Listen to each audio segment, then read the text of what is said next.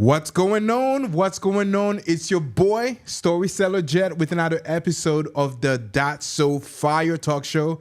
And we have Josis here in the house. It's Moses with a J. Correct. In the house for part 2 of his talk show. We had so much fun the last time. We decided to run it back. And today we are going to be talking about something super awesome, because you've created a really awesome platform to basically help business and coach people scale with AI. So Correct. Super excited to have you on the show again. Josis with a J. Moses with a Moses J. with a Yeah, J. yeah. Super excited to have that talk show today. So let's do a quick introduction. Who is Josis Ngugi? So first of all, my name is Josis. How y'all doing? I have a few different labels. I'm a dad. I'm a husband. I also own a few businesses. And what I do today is I help businesses start, grow, launch, scale with AI in a slightly different way than what you may have typically seen online. So we're going to talk about that here in a few moments. And originally, I was a physical therapist. That's the career that I went into. Retired from that career basically because of alignment. And we'll talk about alignment here in a moment. A lot of the reasons why I went into that career initially were because of being an immigrant. Came from Kenya. A lot of it was, and I don't know if you've ever experienced the feeling of doing things because you've been told you should do them. Right. And so I think a lot of us live lives because of what we've been told we should do. And very few of us take the time to figure out, what do I actually align with? What do I value? What do I want? What fits the life I want to create? And a lot of that led me to entrepreneurship, and then now helping people in their businesses and people that are looking to make a very similar change to what I did. So that's who I am. Fantastic. You mentioned that you run multiple businesses. Can you highlight a few of them? Don't need to go into full details, but today we are going to mostly focus around revenue, Correct. .ai. Correct. But for the people that are watching this, can you highlight a little bit about some of the other businesses that you... Of course. Right. Of course. So the first business is our original one. It's called Pre-PT Grind. And so that was the first business we initially launched when I was in my last year of physical therapy school, and I was realizing that there was a lot of students who were having a hard time getting into a grad school because it's competitive. And part of it was because of grades. A lot of them had low GPAs, or they had been rejected before, and they'd been told, hey, that's unfortunate. You can't get in. And we basically figured out a way to get them to improve their grades, have a better chance of getting accepted. And so we've had that since 2017 now. And so, Wow. So that's our first business. It's still running, still has tons of clients. I am more in a kind of sales, like overseeing the sales team and more the AI side of it now. But that was my first business. I have a consulting business where I actually just do actual consulting with higher level businesses. That's Ngugi Consulting. That's another business of mine. And then we have a revenue, which we'll talk about today. And then I have another one called IPCore. And so basically what it is it's the one where we take multi-6 and 7-figure coaching businesses and who have a process that they've taught people how to do.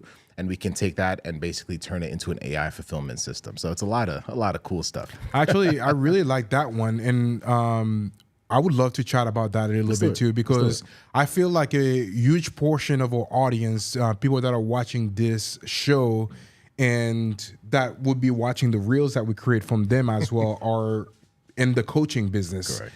And for you to have created a process and a system to help them, incorporate AI with that in there, I think that would be a really cool topic to talk about. Let's talk about it for sure. Yeah. I'm down. Yeah. So first of all, so you went through med school, doing all the other stuff. Now transitioning to entrepreneurship. What's the story behind that? The story was frustration. I think part of it, I don't know. I feel like I was naive, right? So that's probably the simplest way to describe it. I was a little naive. I didn't realize how many problems, and this is most careers. That's not just the career I went into. There's a lot of school debt that comes with it.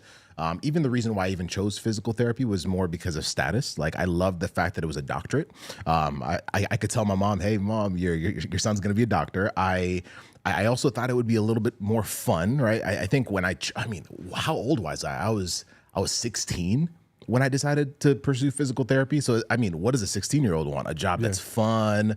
I thought it would have very little paperwork. And basically, I just didn't know myself. And I didn't really know what I valued, what I was drawn to, some of the things that I later realized. And by the time I started figuring them out, I was like, uh-oh, I'm already down this path. And so it was my second to last year of PT school when I started kind of asking different questions, figured out, oh, man, like the debt to income ratio. I remember, and we talked about this a little bit during our last interview. I remember asking one of my professors, hey, like, we're going to be in a lot of school debt after this is done. And in my profession, you basically make about 75 to 80K out of school before taxes. And so you can imagine how that can quickly lead to you living paycheck to paycheck, sometimes on credit card, depending on where you live in the country. So realized those problems. I asked him, I was like, hey, like, how can we solve this problem? And he said, man, listen, I can't, it's a helping profession. It's not about the money. And it's almost like he brushed aside one of the biggest problems that a lot of young professionals are feeling today. And not long after that, I was introduced to this gentleman. We talked about him earlier today, who became my first coach. And basically, it was a gentleman who looked like me, which in my profession, there weren't that many people that looked like me. So I was like, okay, like I want to figure out what this guy did. He also was doing very well financially. He was a multimillionaire, and he had gone down a very similar path of physical therapy. And I was like, what did you do? And a friend of mine introduced me to him, and he was like, no, I started businesses. And so I was like, how do you do that? Like, do I have to be in the profession for a decade or 2 decades? Because that's what I thought. And he's like, no, like, you can take things that you're already good at, solve problems. He made it so simple. He's like, just solve a big problem that people have and you'll get paid for it. And so that's how we started Pre-PT Grind, because we were like, okay, well, I know how to mentor students. What's the real problem they're having though? And the real problem for our group of students was they were getting rejected from school. So let's help them not get rejected. And that's how I got into entrepreneurship, and it's just evolved over time. And I think the thing that I love about entrepreneurship that I feel is hard to find in a job is that we can change, right? As we evolve, as we grow, as we have different skills, as our values change, as we get to a season of life where maybe we want more time with family, and other seasons you feel like you can work a little bit more, you can change and evolve. And I feel like a lot of the businesses that I've started or co-founded have been because of those changes over time. So that's my answer. Yeah, it's kind of very interesting because we share a similar story there, because going to school, I only decided, you didn't know that, but I went to school for finance and accounting, not production, not this, anything like that. But the idea for that was the prestige, or like, you know, I was thinking of myself going to Wall Street and being in that scene. So I was like, oh, those guys are always wearing suits. They're always like looking nice, and they're driving really nice cars. Like, I was thinking money would be great out of that, but also the prestige and being in the financial world would be great too. So that's why I chose my career. And I was always doing video production on the side. But it's funny how, like, now that we grow up and being where we are at today, and we're not doing anything that we did actually went to school for. That's so interesting. Yeah. Wow. Yeah. This is not financing at all. This not, I mean, finance definitely helps a little bit, like, you know, the ideas and the principles behind it. But the creativity side of it, the video, this is 100% your passion. Yeah. Completely different side of the brain as well. Yeah. So you started that first business, and you've gotten that mentorship with somebody that has paved the path for you, that you've learned with. So what was the problem that you were trying to solve with that business, that first business? The problem we were trying to solve with that first business was, okay, in our profession, and I think this is in a lot of education,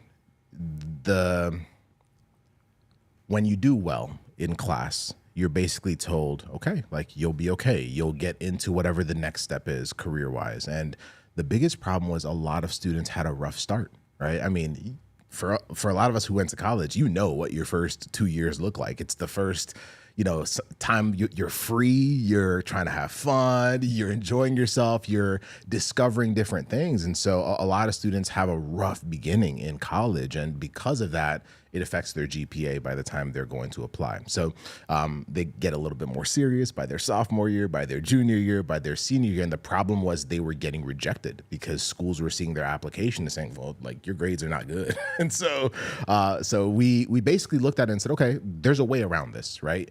there's certain things we're going to have to redo, but we also have to understand the game of the schools. We have to learn how to think like the schools. And so I started studying them, and we figured out what they wanted and how to basically help some. I mean, we had one of our clients in that business who started with, this is going to be a low GPA. He started with a 2.4 GPA after graduating college. Wow. And he wanted to be a doctor of physical therapy, which to everyone else, that was impossible. I mean, his advisors told him, no, find something easier. That's impossible, right?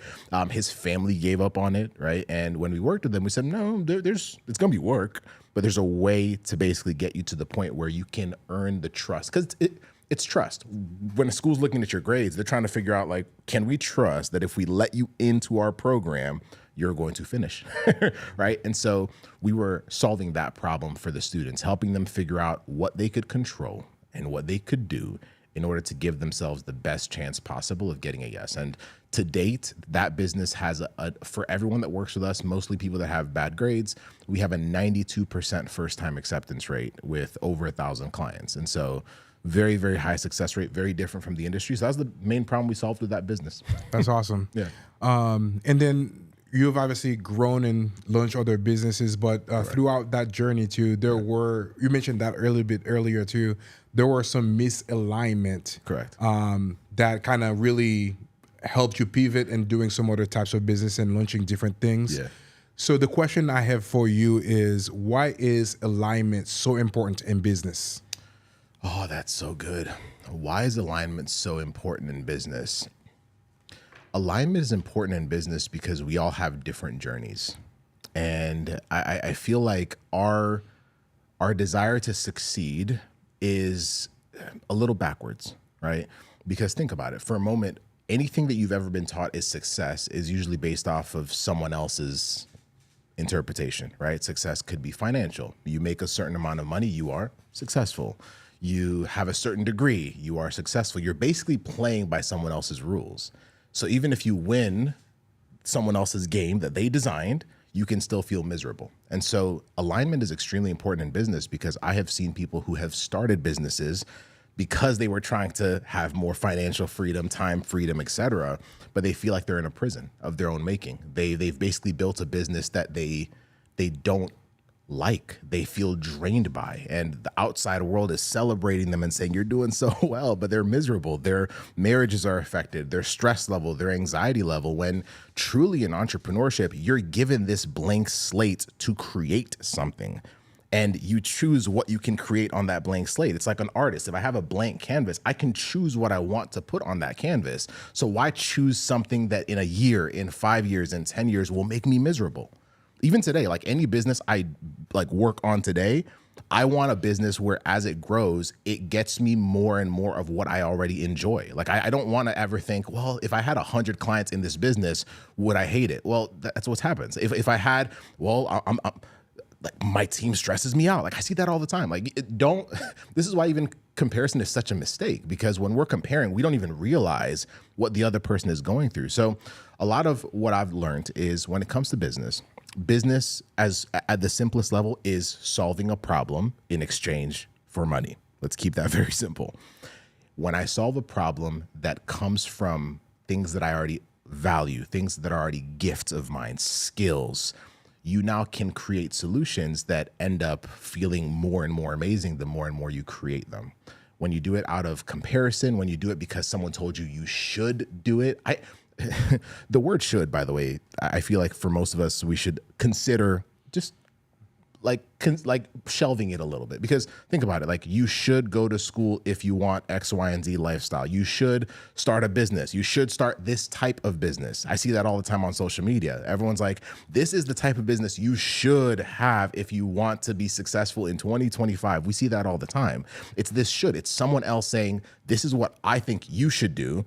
Forget what you feel most dialed in with. Forget what you love. Forget what your lived experience is. Silence that and do what I am telling you, because this is what success looks like. And you can end up silencing more and more of yourself and never feeling at peace with what you're developing. And I feel like that's where people get it wrong. That's where we end up with a lot of businesses that look like other businesses. That's where people can build their own prisons. That's what entrepreneurship Entrepreneurship should be a key to freedom, and yet so many people feel more and more trapped. because they're playing by someone else's rules. Mic drop over here. That was fire, baby. That was awesome.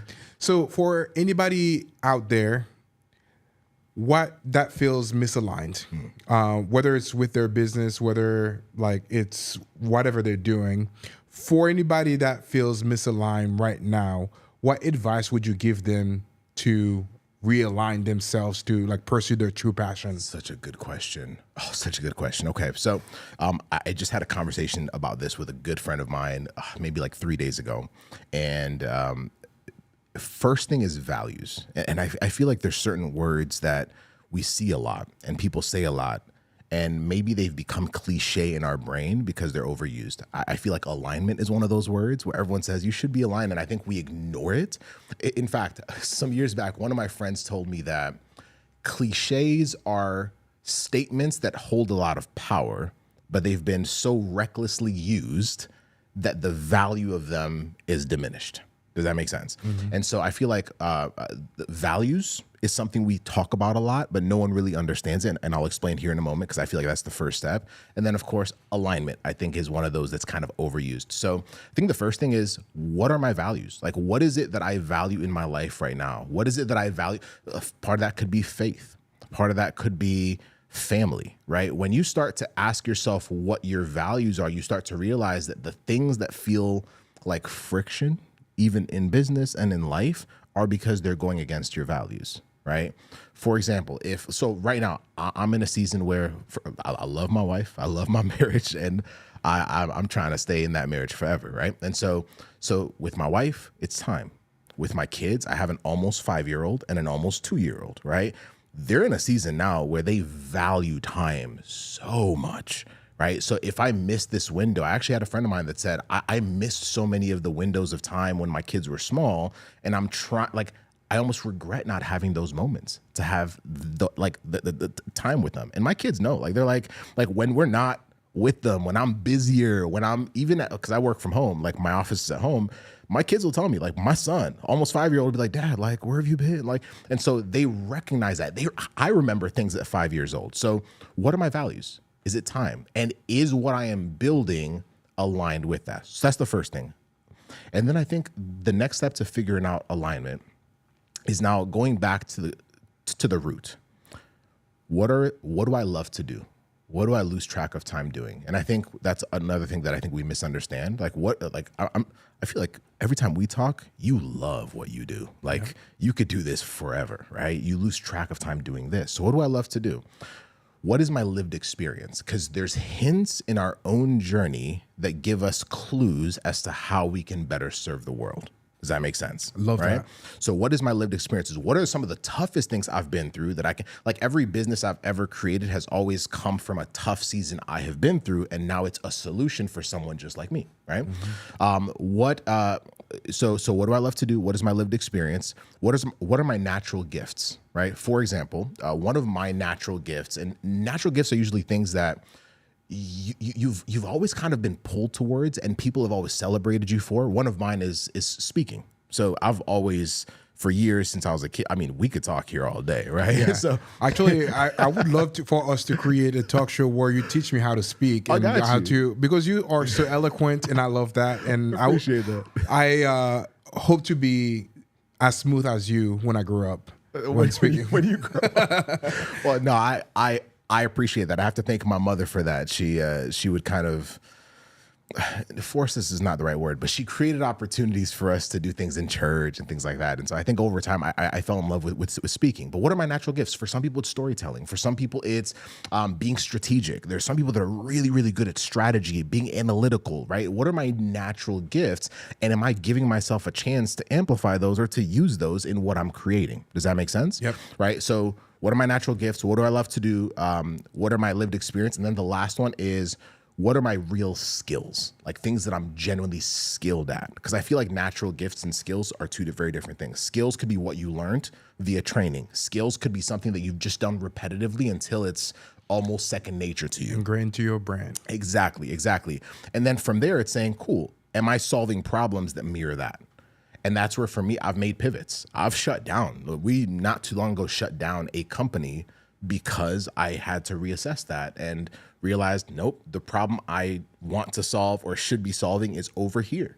And a lot of people would have looked at what we did and said that was foolish. And I'm like, no, that was aligned, right? And so I feel like for a lot of people, whether it's entrepreneurs, coaches, consultants, it's constantly asking yourself those questions to figure out if what I'm building and creating falls in line with that, or if what I'm building and creating is based off of some metric or some rules that someone else told me to play by that doesn't actually fulfill me, where someone else could see me on the outside and think, oh, you are successful, but in truth, you feel extremely miserable, extremely misaligned, and you feel like you've created a prison. Yeah. I have a follow-up question for that. Some people might, and that just like popped up in my mind, but some people, they might be pursuing something that they're truly passionate and truly love, but still feel miserable doing it because, you know, the business might not be growing as much as they want. Or, you know, it's an entrepreneur journey. It's like up and down and doing all of that. And it might be like really some tough season. So what advice would you give to those people that might be pursuing something that they truly enjoy, truly love? That's their core passion, but still feel the weight of it because of that entrepreneur roller coaster? Yeah, that's such a good question. First, the roller coaster is part of the journey, and I know no one likes to hear that. I didn't like to hear that. I always got upset when someone told me that. I was like, I don't want to suffer this long. And there have been seasons that have been hard. Like there have been seasons where I looked at my wife and I was like, I'm done. Like I'm going back to a 9-to-5. This is not worth it. And I think part of it is just give yourself a little bit of grace in those seasons. I'm going to give you some guidance here in a moment. I got you. But I think the first thing is to at least acknowledge that. Because I think for me, for a long time, I always saw the good side of entrepreneurs. Like I think it's more recently that I think people are starting to be more vulnerable about the hard parts. I always saw people that I admired show like their successes, the visual things, the things that I wanted, and they didn't talk about the pain as much. And it's almost like when someone just says it's hard, it allows us to be like, okay, all right, what I'm experiencing is not foreign, right? I think the second thing to add to that is life is hard in two different ways.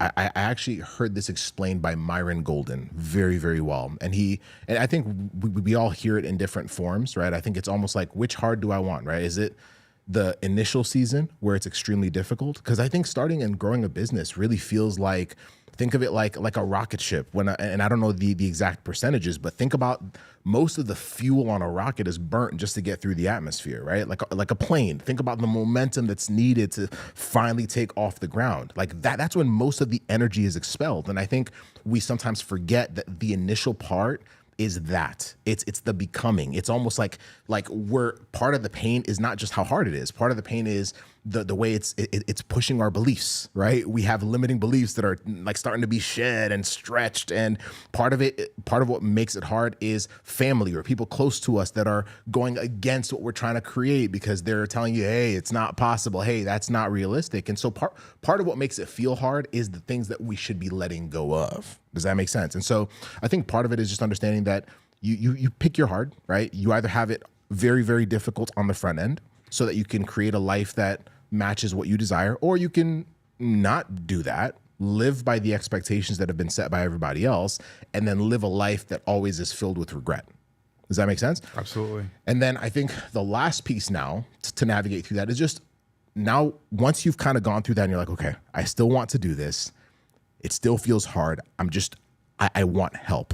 I think that the first thing is understanding that sometimes it's just guidance, right? You could be in a season where you feel extremely pulled and called to create whatever business you're creating. You're just lost because you don't have guidance. Yeah. I think that's one of the reasons why I've hired coaches and mentors, right? Because they've gone through that specific season. And the more specific you get, the easier it is to know who you need help from, right? And you'd be surprised how many things that things that took me a year and a half of struggling on my own, having one conversation with somebody to just help me see it differently and tell me how they navigated through it, how that completely resolved the problem. Exactly, right? And so it's guidance. And I think another offshoot is help. I think sometimes we forget that when you're starting a business or when you're early on in your business and you're by yourself, you're wearing a lot of different hats for skill sets that you haven't actually mastered yet. And no one talks about this directly. But think about it. When you start a business, you're all of a sudden the creator of the idea. Then you're the one communicating it to the public. So now you're a content creator. Now you're a public speaker, whatever the case may be. You're also the one doing the sales. So now you got to be a sales expert. You also, so give yourself a little bit of grace, because there are people that literally have one of those.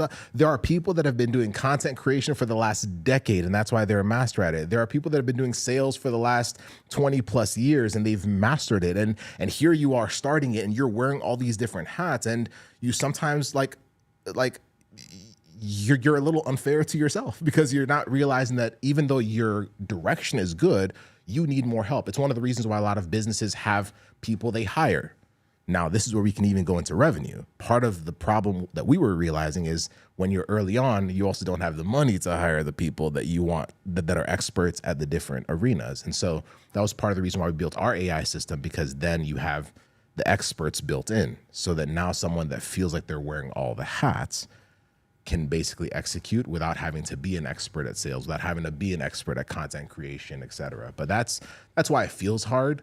But I think it also forces you to realize, okay, why am I doing this? Do I really want this? And when you realize that you do, then you can look for solutions, whether that's guidance, whether that's assistance. We have AI today, so that can help you at least navigate through the wearing of many hats. But that's my answer to your question. Yeah, absolutely. And that was pure gold. Thank you for sharing that. Appreciate that. Good question. So earlier you talk about pivots. You talk about like the hardship that you go through. Yeah. One of them for you was like doing a speaking engagement and earning $350,000 within an event, and within 6 months later, losing all of that. Can you talk to me about that struggle or that hardship that you went through, losing that amount of money, and how did that help you pivot and become better? Man, I don't even know if I've shared this really with the public, so this is good. So 2023, I think it's good to kind of have the pre-frame for that. So 2023, we did an event. We had about 35 people in the room, and you're feeling kind of the momentum of your business, and presented an offer. It was about a 90-minute talk in the middle of the event. Didn't know what was going to happen. And basically we ended up closing $350,000 in an early afternoon, actually right before lunch. And so a lot of what happened afterwards was I felt the way most people feel when they feel something starting to build. You feel momentum, right? And so I was like, okay, well, I can already see where this is going. This is growing. We need more help. These are people that really, really, really need good service. And basically said, okay, like we have to hire, we have to get more training. Ended up investing quite a bit in a coach for a different arena that I felt was part of where I needed to go. And I feel like at the time, those felt like great decisions. I don't even look back at them as reckless decisions. I also don't think most entrepreneurs realize how expensive fulfillment is, right?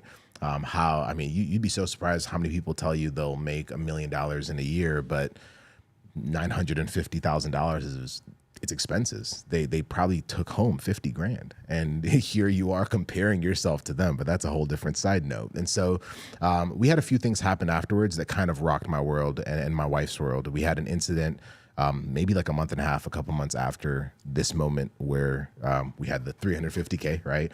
Where we had an incident where our daughter had 2 episodes within 2.5 days where she kind of went limp, lifeless almost, to where we thought we were losing her. I almost don't want to go into that story too much because it brings up too many things. And so just the paralysis that came from that.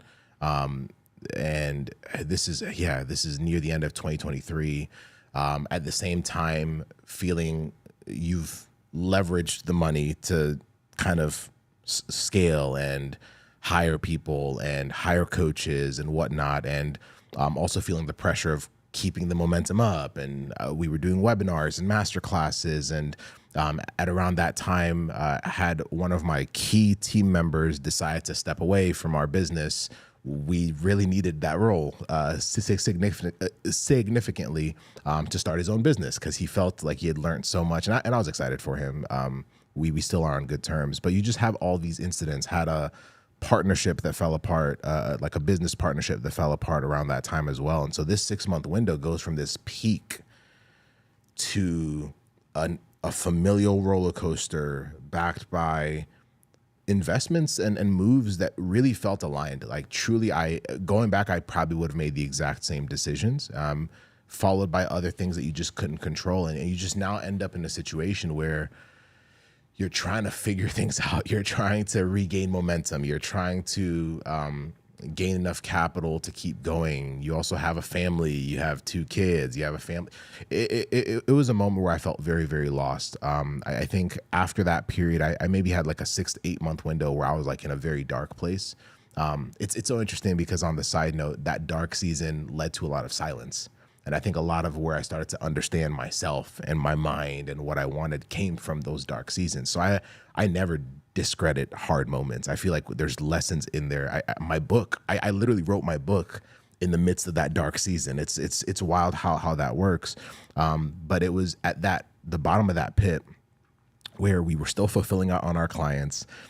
You're trying to help them with building their businesses, and it's exhausting. It's a lot. Like, it's part of the reason why you hire coaches and hire team members to help you fulfill. And I was using AI quite a bit as well. We were using ChatGPT and trying to help people with prompts. A lot of the stuff that you see out there, we were doing. It was just a lot. And I remember having this moment where I was just sitting on my couch, and I had a friend of mine who was familiar with AI, and I messaged her and I said, "Hey, check it out. Is it possible if we take our whole process, our whole coaching system, the way we help someone from start to finish, is it possible to build an AI system that basically helps people do exactly what we've been mentoring them and guiding them to do? All the little gaps that usually need a call, usually needs our help, our time, our energy. Is there a way to like build an AI system around our IP, our process, our system? Is that even doable? Or am I just dreaming of something that's going to be available in another 5 years?" And she said, "Absolutely." I was like, "Okay, do you know somebody that can do that?" And she's like, "Yeah, me. That's what I do." And I was like, say no more. It's funny how God puts the right people in your life at the right time. I had just met her a couple months prior, and we get on a call, and I map out my whole system. And I said, "Here's the journey of my clients." And our clients were working with us for about a year. The clients from that event, I said, "Here's our journey. Let's map it out together.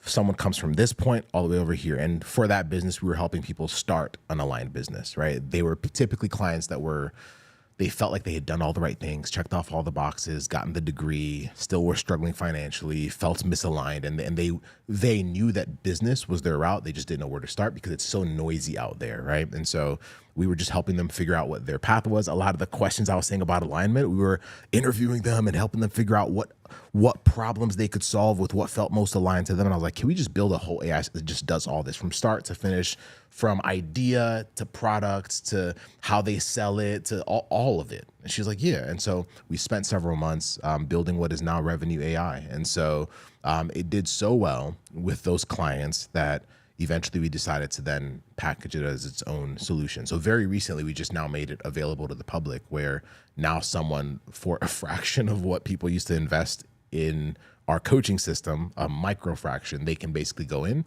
and if they want to start a business, go from the beginning all the way to the end, because we took our whole system and just turned it into an AI fulfillment structure. I absolutely love that, and I cannot wait to dig deeper into that, because I think this is a game changer tool that you've created that a lot of the people that wants to start a coaching business or have like any other like regular business could be hugely benefited from. Yeah. But let's take one step back. Let's do it. You went through all of that, and it's funny how most of the times the hardships, the hard things that we go through are the exact season that you need to go through to birth something even more beautiful, So true. or something that, like, God is preparing you to. Correct. Because of the lessons that you're gonna learn along the way, because of the systems and processes and things that the skills that you're gonna acquire along the way that you need for that big idea or that big business to birth. Correct. To it's incredible, and that might be the stepping stone for something even greater in the future that God has in store for you that you don't even know about yet. So it's incredible how, like, looking back, those moments that you thought that you were going to die are the moments that God is using for his glory, and also to, like, helping you grow as well. Correct. So incredible.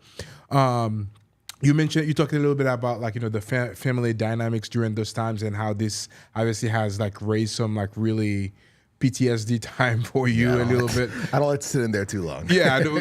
Like, funny, like, sometimes I'm watching, like, some kids shows, and that is taking me back to COVID and all some of the hard time that I was dealing with over there. So yeah, we don't want to go there, but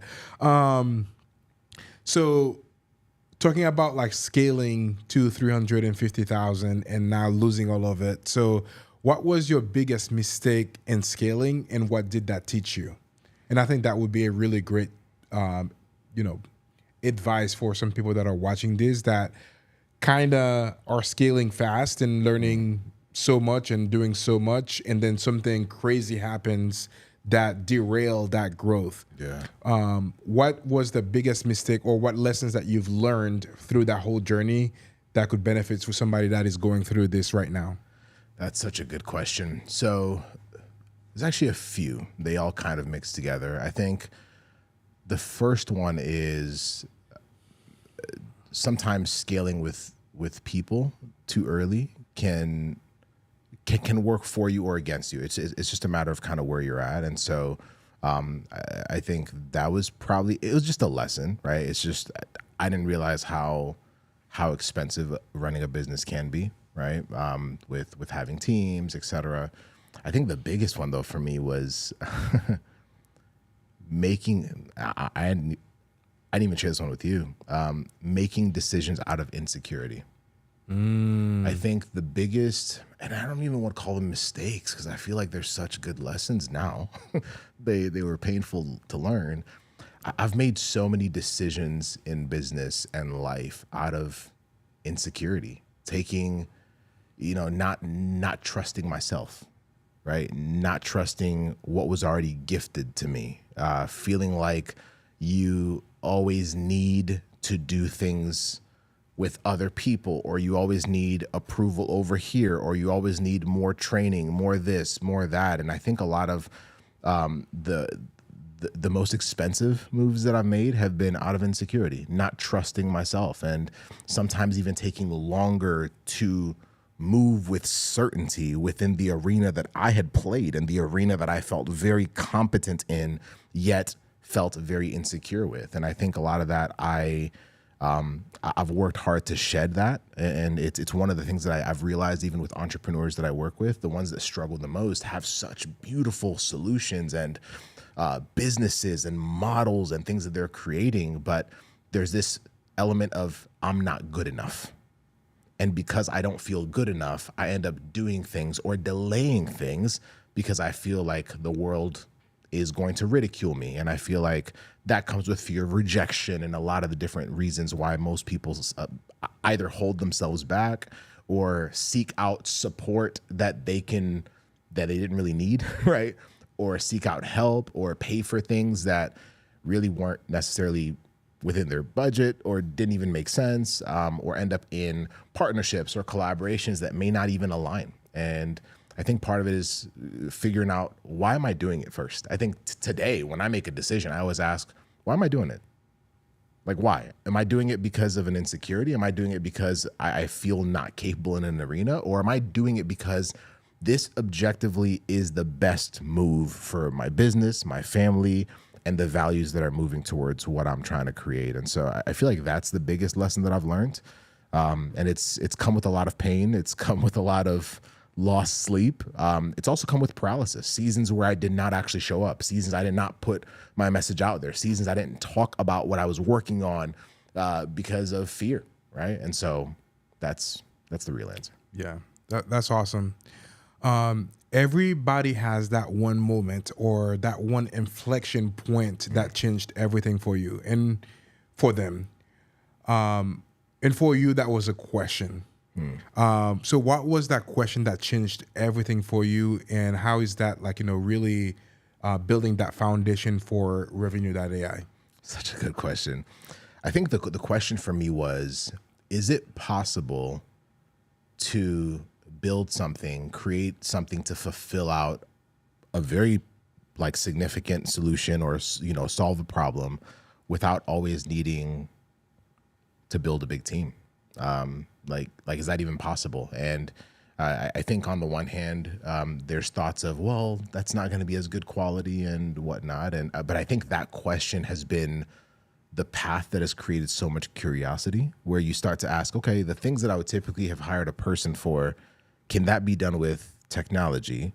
So then now the roles that you need a human for are just the roles that only a human can occupy. Because with AI, there's still things that are so powerfully connected to our humanity that you want a human being there. But for most of the things that we hire out for, can I have tech do this? Or is there a way to do this with AI without necessarily having to build a massive team? Awesome. So now that you've built revenue.ai, can you describe for me some of the system or things that somebody can basically plug and play in that, and what's that's going to spit out? Does that make sense? Of course it does. Of course it does. So first thing is, I think simplicity is such a powerful thing, right? And I think with AI, there's a few things that I think overwhelm people with AI, because we hear it all the time. And I think some people have actually gotten to the point where they don't want to hear more about it because it's overwhelming. I think one of the hardest things is knowing how to talk to AI and knowing what to tell it. Right. And so a lot of that, I'm sure you've all heard as prompting, right? So prompt engineering. And I spent a long time really getting good at prompting, and then realized most people just don't want to prompt. They want to just have something that just does the opposite, right? And so one of the biggest things for revenue is, instead of you having to think about, what do I want to say? What do I want to act? It asks you all the questions. So fantastic. So it kind of flips it. And so even if you are not good with technology, it's designed beautifully to make that easier. And so the first thing in terms of questions is, for anyone that's stuck and they're at the beginning, they're like, oh man, I don't even know if I'm in a business and I want to shift directions and potentially rebuild something that feels more aligned, where do I start? Or if I want to start a business of my own that feels aligned, where do I start? And so the first portion is, it asks a series of really, really powerful questions that pull out the things that we were saying before. It pulls out your gifts, your natural, even if you don't think you're good at anything, don't worry. The way it asks them pulls you back to moments in your life where all of those things start to surface. And so your skills come out, your natural gifts come out, your what you love to do, your lived experience. There's parts of it that it pulls that from you. And then once it pulls that, it analyzes it and then tells you, here's a reflection of who you are right now in this season of your life. Here are some of the major problems that people are complaining about right now that you could start to solve. And then it goes and finds those problems, and it tells you, here are the businesses, 3 potential business paths that will work brilliantly for you based off of that. And so so it spits out for you your perfect business, right? Awesome. And then from there, most of the people that use it are, I remember that this one lady that used it, and she had a very different business idea that she was kind of messing around with. And when she went through this process, she's like, wait, I like this feels more like me. What I was doing was just mirroring what I had seen somewhere else. Like this is me. Like this is me using myself to solve a problem. And so she loved what it gave her. And then from there, it just guides you. And so to make it super simple, revenue basically has 3 parts. The first part is a guide, right? Imagine for a moment you had someone sit next to you and just let's say you were my mentor and I had no idea where to start. And you said, Josis, don't worry. I have all the questions. I'll guide you through it. I'll help you interpret your answers, right? And you just guided me all the way through, from idea all the way to how to create free value that people would be attracted to, how to have conversations that pull in the right potential clients, how to even get people to buy what I have, which is sales. And most people have been taught about sales incorrectly. I don't know if we have time to dive into that. I love persuasion. But if you were to just ask me questions and then you were reflecting to me, Josis, this is what that means. Here's how you do it. And you're basically guiding me along the way. That's how it's set up. And so it has that. And then we also have a portion of it where, like we said before, wearing all the different hats when you start a business, there's just like sales, content creation. We just feel overwhelmed because we're ourselves maybe not good at all the different parts. And so it basically has experts that have been built in there that we've trained. We literally took years of what we did. We basically took our minds and said, how could we train it so that it operates the way we did? And it has like 25 plus different specialists that are in there for whatever stage of your journey you're in, whether you're starting or whether you're scaling and growing. And it spits out for you exactly what you need based off of your audience, your avatar, your voice, how you talk, how you sound. The way you write is very different from how you talk. So it doesn't sound like AI when it spits it out. And so it's pretty cool. That's awesome. So you talk about guiding people through all of that. Correct. So is the system basically coming up with questions on the fly, or did you have like, We trained it. Yeah. Yeah. Or did you have like questions that kind of helped them guide through it? Like, I guess like give me a little bit of about like the 0 to 1. If somebody goes through the platform right now, like how is the guiding take place? Does it come up with questions on the fly, or is it like using like some of the questions that you've already kind of created that would guide them through it? Such a good question. So phenomenal question. What we did is just to keep it very, very simple, over the years prior to even us building revenue, we found that there was close to 17 different questions that someone needs to be asked to be able to find their perfect business, right? And so we tested it on the front end. I think one of the things that people don't realize can make AI tricky is AI can, I don't know if you guys have ever seen it with previous versions, even with ChatGPT, it can sometimes get a little delusional, right? And so it'll give you answers that sound good, but they might not actually be legitimate, right? And so the way we did it, and even the way we help other businesses that are doing this, is it's trained off of our data, trained off of like how in the past we would have been like working with someone specifically. And so there's 17 questions that initially for the first portion to help you find your business are there on purpose. And so those ones are the same questions because those questions are 100% going to help you get close to what your perfect business is. Now, the beautiful thing is, even though those questions are intentional, it's adjusting to you based off of your responses, right? So just like if you were sitting with an expert who is like, oh, okay, that's good to know. And so then it's basically adjusting from that. So it's not coming up with the questions on the fly. The questions are 100% on purpose, very intentional. Because if it came up with them on the fly, it might give you something that sounds good and you might be excited about it, but it likely it's not going to be proven. Yeah. Correct. And so the questions are intentional. The way it adjusts to you, though, is 100% based off of your responses. Fantastic. Remind me, I have another question for you to ask offline, but this is awesome. This is incredible. I'll show you it offline. Yeah, that's awesome. So what are some of the misconceptions that somebody would have as it relates to revenue.ai, and why is that a misconception? What are misconceptions that people would have about revenue or about AI in general? Revenue.ai. Misconceptions, maybe the name. So I think people see it initially and they might think it's like a financing company or whatnot. I had someone ask me that question and I said, oh, that's a really good point. The reason why we set up the name like that, it's REVINU. And so there's a message inside of it because one of our core beliefs is, especially when it comes to alignment, everyone already in this moment has gifts, skills, lived experiences that they can use to generate income. I don't think people realize that because we've been told it has to be outside of us. And so the REV stands for revealed. The N is in, and then the U is you, revealed in you. And so your perfect business is already revealed in you. You've already acquired the skills, the lived experience to already create a solution using who you already are right now. So I think that's a misconception.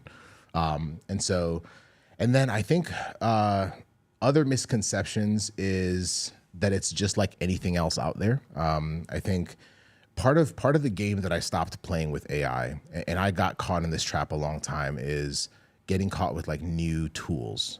Because a lot of the tools out there, there's so much. I mean, just in the conversation we've had today, who knows how many new AI tools have been put out there. And so I actually don't want to compete with other tools out there. I think what I've realized is the AI resources are not tools that are cool in and of themselves. They're solving a much more present problem that will continue to be there. And the present problem is people are struggling to find ways to make more money, right? Because there's really 3 ways to make more money, if you guys think about it.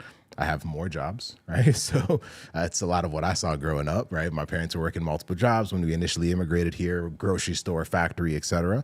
So we're taught, have multiple jobs, you can make more money. And as life gets more expensive, that becomes tough, right? The second one is what we call a templated income path. So it's like basically someone is telling you, it's like the should, right? Someone's telling you, you should follow this specific way to make more money. And it works. I mean, having an extra job will make you more money. It'll feel exhausting. Following a templated income path could be anything. It could be a different opportunity or whatever, but if it doesn't feel aligned to you, you could do it, but most people struggle. Why do you think a lot of the opportunities that we see online, people feel are scams? Because they've worked for somebody, right? Like think about, I mean, you got real estate, you got sales, you got so many opportunities, but then what if that doesn't actually match who I am? So I could feel drained doing it, right? And then the third one is unaligned income path, where I'm doing exactly what we talked about before. I'm solving problems using who I already am right now, right?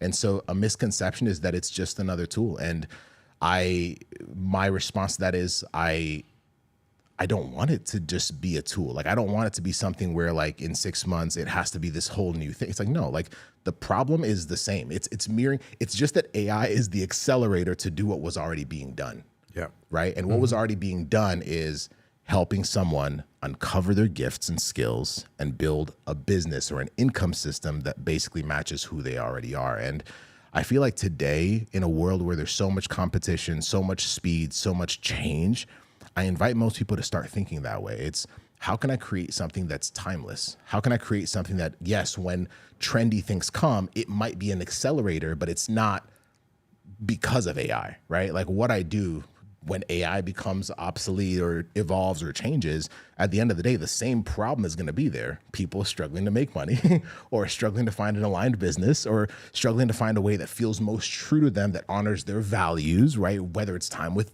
family or being able to create something, especially as creatures that have been as beings that were like created by God, an intentional God who said, I have made you in my image, right? And he said he is creative. He said he created us in his image. Therefore, we have the ability to create, right? And so when we misalign with that, like that's all I care about, is always bringing people back to that. AI just happened to be a tool that could help us do that at scale. And so, so that's the answer to your question. Yeah. So you kind of brought up something that actually we chatted about that a little bit earlier, but how are some people using AI now and how should they be using AI?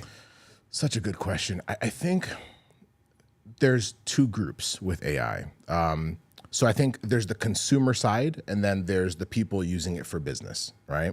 So the consumer side is, I think most people are using AI to kind of work, 1, for fun, right?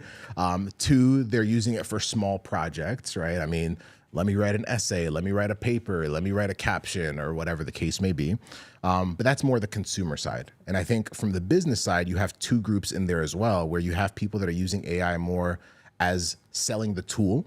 It's like, hey, there's this opportunity with AI. Let me help you do X, Y, and Z specifically with AI, which can come and go. I mean, think of anything. I mean, at times when people were, I mean, social media platforms, when something new comes along, if my entire business is built on how long that tool becomes available, then that's a business that will grow and then collapse, right? There's a lot of people that made a lot of money when TikTok like became the go-to, and then now it's evolved quite a bit. And then I think within business, there's people that are using AI to accelerate the problem that they were already solving. And that problem that they were already solving is a lot more timeless. And AI just happens to be the thing that they're using to turbo boost it. And I feel like those are the people that will last a very long time. And it's always thinking like, will the thing I'm solving, when the tool becomes obsolete, will it still be relevant?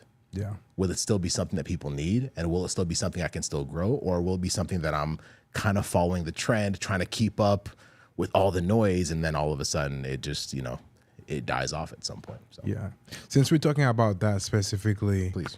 what do you believe is the future of coaching with AI? The future of coaching with AI is where I use AI. So the people that I truly believe are going to absolutely crush it are the people using AI to amplify their IP, like their process, right?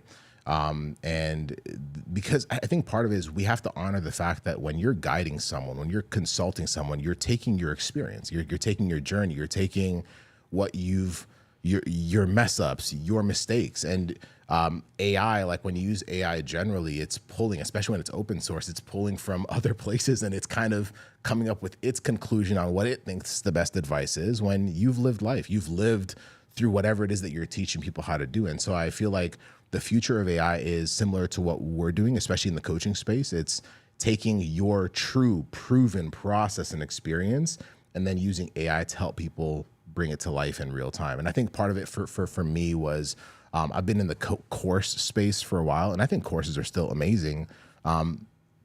However, the difficulty with courses I have found, at least with my stuff, is people don't finish them, right? And so you end up having something that looks so beautiful, so amazing, and then your clients don't finish it, which means a very small percentage of your clients end up getting results or applying it. And even the ones that do finish, I have found that sometimes they'll watch it and then now they have this information and then they still have to go and do it. Whereas when I use AI in real time, they're actually executing it in real time. So even the way we're doing it, they're executing it in real time. I'm not telling them, hey, go do this. They're actually having it done with them and for them by the AI system. And so I think it's mirroring my journey, my process, my IP, the actual experience that I've had as a coach or a consultant, and I'm now using AI to help my client get the result quicker. And then I'm using now my wisdom, because I think consulting is still going to be super important to help them with higher level problems. Yeah. Right. Yeah, for sure. And to touch on a little bit about what you just described about courses and people not finishing it too. Yeah. A lot of the people that are creating the courses, there are some levers and strategies that you can put to ensure there is a higher chance for somebody that bought your course to do it. But like when they are doing their courses, they're just like using it as a brain dump, and they just like give so much information that overwhelms people. Correct. And they do that too in a way where it's like, 20, 30, 40-minute module, which is like super long, and people sitting and watching that for that long time is gonna get fatigued. Correct. So what you need to do then is kind of making it like, short bursts, like maybe it's a 5-7 minute training that they can watch, like, maybe like 3 or 4 over here and then come back for more later. So it's not overwhelming. It's not overwhelming. I like that. And also incorporating some like celebration in between too, to encourage people to come back and learning more. Like if you finish like, the first 3 videos, now, hey, congratulations, kind of doing all of the other stuff, but also incorporating some moments in there that kind of maybe recap some of the things that you've learned, but not overdo it. Correct. So there are some other things that they can do to ensure that their courses kind of has a higher completion rate. I like versus like, trying to cram all the things that they want to teach on it. Yeah. And also, those are like a couple simple levers that they can use. And there is multiple ones that like it'll take me like 2 hours to explain. But those are a few different things that they can do to ensure like a completion of their course. I love that. That makes sense. But I do love the opportunity that we have with AI to enhance all the different things that you can do as well. So for revenue.ai, How does revenue help new entrepreneurs? I know you've already kind of touched on that a little bit, but I would like you to share that a little bit more. So, how does revenue help new entrepreneurs? So revenue helps new entrepreneurs by just getting rid of the learning curve, right? I think it's like what we said. I think for me, I have to go back to the journey that not only that I was on, but a lot of the journeys that I've seen most of my friends who are entrepreneurs. We learned first all this information, and then we were like, okay, like how do I apply it? And so you're eliminating the learning curve by getting them to actually get the results in real time. And what it's done is I think we talked about it with part one last time, where business is really like 5 simple moves, where once I figure out what my perfect business is, which I kind of shared the process of how we help them do that with revenue, it's really number 1, free value, right? So the free value can be content, that could be in person or online, right? Just value where you're earning trust, especially in a world where trust is very, very low. That's the first thing. The second thing is creating things that people like opt into, right? So we know them as lead magnets, right? So that could be a free class, that could be a resource, et cetera, right? And finding things that people actually find relevant for your demographic. Then the third thing is conversations, how to have, whether it's one-to-many or one-to-one, how to have conversations that convert, like conversations that get people to be more curious about what you have, right? And then the fourth step is having the rough draft version of your offer. We've heard that called beta offers, or there's different words for it, but actually having a rough draft version of it. And then you have the finalized version, which is the one that you now sell at full price. It's fulfilling on the solution that you have. You have the reputation, you have the credibility, you have the proof via the rough draft, and revenue is helping them go through each of those stages and executing it in real time. And so that's how it helps a new entrepreneur out. So they don't feel like they're being told this concept of business. They're just seeing it unfold in front of them. They're like, there's my business idea. Oh, here's my brand. Oh, here's what it looks like. Here are my fonts. Interesting. Okay. Here's my message. So if someone like runs up to me and says, what do you do? I can already in a sentence know exactly what to tell them. Okay. Here's what to put on here's the social media platform that best matches me. Okay. Here's the type of content that sounds like me already, that's already being pre-built by revenue. So I don't even have to worry about getting good at putting myself out there. Okay. So all of a sudden, each of those steps, it's being done with them and for them along the way. And it makes it so easy for someone to start a business. Fantastic. That is awesome. And you have a really great offer for some people that might want to test revenue. So what is the 48-hour test drive? Oh, look at that. Look at that. So basically we've set it up. I think part of it is it's trust, right? And I think I've just been, after these many years, I just don't want to convince anyone of anything. I think we're all very smart individuals and we know what makes sense for us and what doesn't. And so what we decided to do with revenue is we said for anyone that just is curious and it's like, like that kind of sounds like something I'd be interested in. We've set it up so that you can try it out for like 2 days for free. And part of the reason why we did that was because within 2 days, it's kind of like a car, right? You go to a dealership. Would you rather go to a dealership and test drive cars before you decide what you want to purchase? Or would you rather see a picture of a nice car online and say, okay, it looks good. Or a home, right? You don't just see a picture of a house or an apartment online and say, all right, let me start paying rent for it or purchase it. You want to go see it. You want to be around it. You want to feel whether or not it matches what you're looking for. So it's the same exact thing. So you can try it out 48 hours. If it makes sense, great. You can keep it. We've made it super affordable after that. And if it doesn't make sense, then great. You tried it out and now you know for sure. Yeah, for sure. So now the next question is, what is super affordable? How much is revenue that AI for people that wants to keep it and using it for their business? Phenomenal question. So for context, this system, to tell you how serious it is and how much intention has gone into it, was initially used for our coaching clients. And our coaching clients invested anywhere between $10,000 and $30,000 a year to work with us. So that's what it was built around. And so obviously that's not a range that makes sense for a lot of people.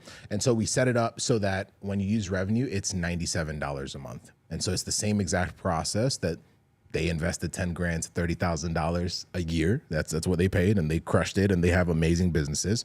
Same exact process is $97 a month. And there's no You don't have to stay, so you can stay as long as possible. The people that are using it don't want to leave, but that's obviously their decision, and so that's the price point. Awesome. So what we're talking about now, they signed up for it, paying $97 a month. Correct. How can they use revenue on a monthly basis to get more information? And what are some of the ways that they can use it to maximize their investment every month? I love that. So a few things. Number one, it just depends on where you're at in your business, right? So if you're early on and you're basically starting from scratch, just follow it. And it's going to take you a little bit of, most of the time when you start a business, I think it took us 8 months before we got our first client. You're not going to have to worry about that because you might have your first client within a few weeks, within a few months. It just depends on your business. But if you're newer, you just follow it step by step. And if you get to the point where you're like, I no longer need it, which we've actually sort of set it up so that it always gives you what you need next in your next season. That's how we thought about it. We're like, how can we set it up so that it actually, even I use revenue for my businesses today, right? But you have the tool set up in a way that's so easy for you to just follow step by step by step. And then if you get to a point where you're like, no, I think I've gotten what I need from it, you can always leave. Or you could say, no, I actually still want to use these parts, which we have experienced business owners using certain parts today. So we have a sales portion of it where the people that are like, I'm getting on sales conversations, but I struggle with sales. So I need this tool to make sure that I know how to deal with the objections, et cetera. And so they're keeping it just because they're like, I want to get more closes. And one of our clients, he has a $3,000 offer, and he's like, this is what I use to make sure that I'm getting more yeses. And so that's that. And then we also have a community. So one of the things that I learned a long time ago is entrepreneurship can feel lonely. And so you want to be with people that are going along the same journey. And so we have a community attached to it. It's hosted on school.com, SKOOL.com. And it's set up in a way where there's always more value being provided for you. We have drops every single month based off of where our clients are at. And we've set it up so that it makes it a lot of fun, but you're also doing it with people that are just like you. So we've set it up so it's not just the tool, it's the community and the support along with it to make sure that every single month you assess, where am I at? Do I need more support? Is this how I want to keep leveraging support? And if it's a yes, cool, I'll keep it. And if it's a no, then great, we were glad to have you. Awesome. Now that we are getting to the end of the talk show, it's been an hour and 8 minutes. We've been live for an hour and it's fun. It's time flies when you're having fun. So we're gonna do that quick round robin question. Obviously, give me as much as you can because those will be great for reels. But I got you. First question for you: how can entrepreneurs beat info overload? How can entrepreneurs beat info overload? As a consuming entrepreneur or as they create? As they create. As they create, get to the point. Just be clear on what you're trying to say. I think it's what you said before, where I think sometimes we think everyone needs to know everything that we know about whatever it is that we're trying to put out there. And at the end of the day, people just want the outcome. So what am I trying to say? What am I trying to communicate? And say that. Otherwise, you'll lose people along the way. Awesome. Next question. What's one system that every business needs first? Interesting. What's one system that every business needs first? Like a tool or just in general? I would say both. I don't know. Cool. It's a hard question. We can move to the next one. No, well, I think I'll answer like this. I think the system that every business needs first is just a way to reach more and more of your audience, right? You can have the best offer ever, you can have the best tool ever, but if no one knows about it, it kind of makes it tough to actually have people buy. So whatever that looks like, and there's tools for it, but a system to get in front of your audience frequently. Awesome. We mentioned your book earlier very briefly. What is one takeaway from your book? One takeaway from my book is anyone can start a business. Anyone can start a business. There's so much in there, but I think that's the biggest thing. I think I said this quote last time, but one of one of the ahas that I had was something that I heard from Les Brown, and it helped me with even how I wrote the book.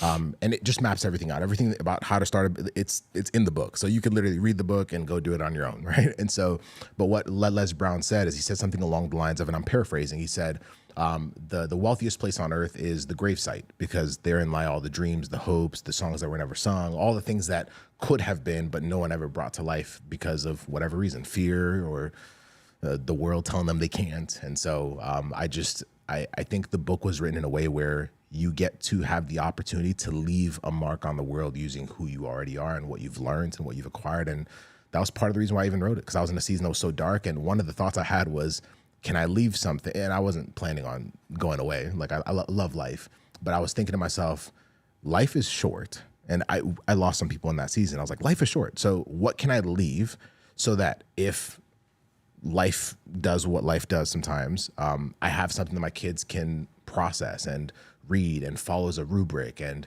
I'm putting what I am learning out there quicker. And I feel like sometimes when you put something out there faster, you get to have more space internally is created for you to learn more and acquire more. And I think that's probably one of the biggest takeaways from the book, whether it was how it's written or even what is inside of it. Yeah, that kind of leads me to my next question. Please. What legacy do you want revenue to leave? I've not thought about that much. I think the only thing I desire is that the people that cross through revenue are able to live lives that align with who they are. And I've said that so many different times, but I think I had this conversation with a friend of mine, because one of my dreams is public speaking, right? And so this whole thing, by the way, we haven't even touched it. This whole thing is connected to one main goal. Like my biggest goal in life is to just be on stages all the time. Like it's like 100%. I have this like clear vision in my brain of speaking in a room of 10,000 people in person. And that's like, that to me is it. That's like my North Star. I just want to use my voice. And I heard Myron Golden say it one time. He's like, when you can learn how to use your voice and the words that you say to move the masses, there's something magical about that, right? And I feel like for me, even before revenue, that's why I'm saying like all these are just extensions of a deeper message. And I shared this with a friend. I said, the biggest thing that I feel like even God has impressed on me is your job, Josis, is to help other people uncover who they already are. That's it.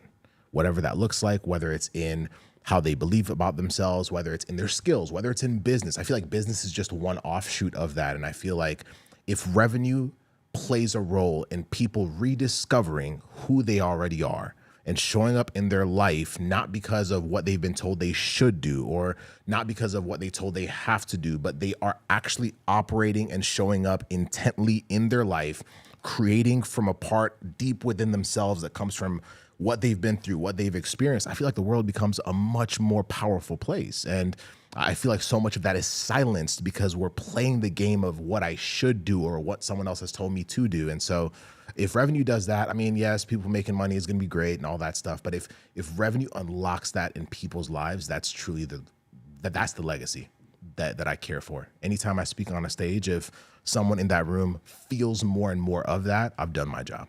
Fantastic. One of the questions that we ask everybody every single time is, what is your parting advice for them? So what would that be? Don't negotiate with the gifts and blessings you've already been given. And I think sometimes we forget that we said about pain before. The pain reveals so much.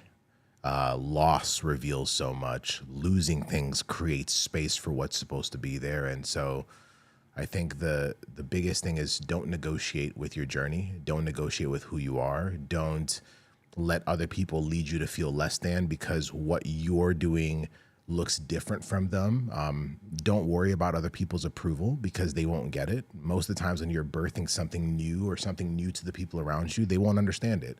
I have people close to me who didn't get what we were doing. And years later, they're like, oh, wow, like, tell me more about it. And I'm like, you were the same person. Sorry.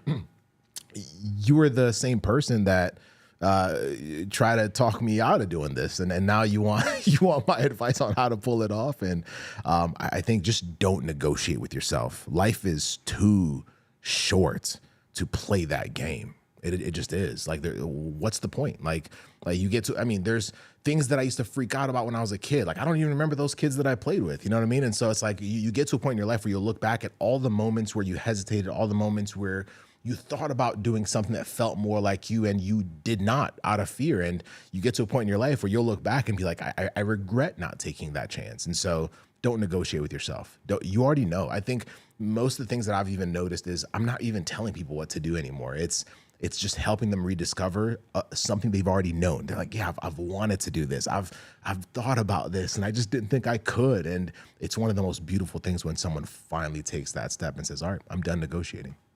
Fantastic. Man, it's been such a pleasure to have part 2 with you. And this is cool.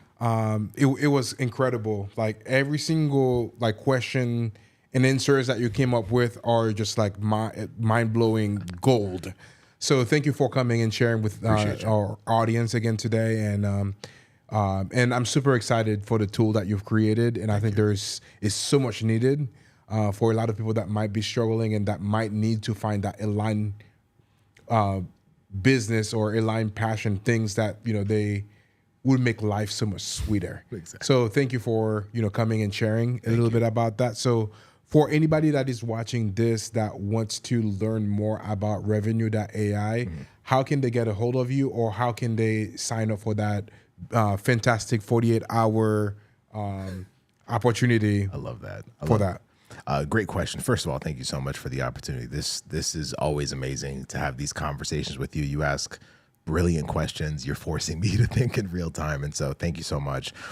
For anyone that wants to try out Revenue or just learn more about it, just go to REVINU. That's how we spell revenue.ai. Just go to that and it'll take care of everything else. It'll help you understand more about what it's for, who it's for. If it feels like it mirrors what you're looking for right now, then you'll see what the next steps are on that page. And for me directly, if you want to speak with me directly and just talk to me, ask me questions, maybe there's things that you heard in this episode that you're like, I'm curious about that. Then just reach out to me directly. Instagram is typically the platform that I'm on more frequently. So if you find me on Instagram, it's JOSES.NGUGI, Josis.Ngugi. And just send me a DM and we'll chat, we'll talk, and I'll see how I can help. Let's go. Yeah. I hope you learned a lot today. So thanks for being on the show. Thank you. It's fire, baby. Let's go.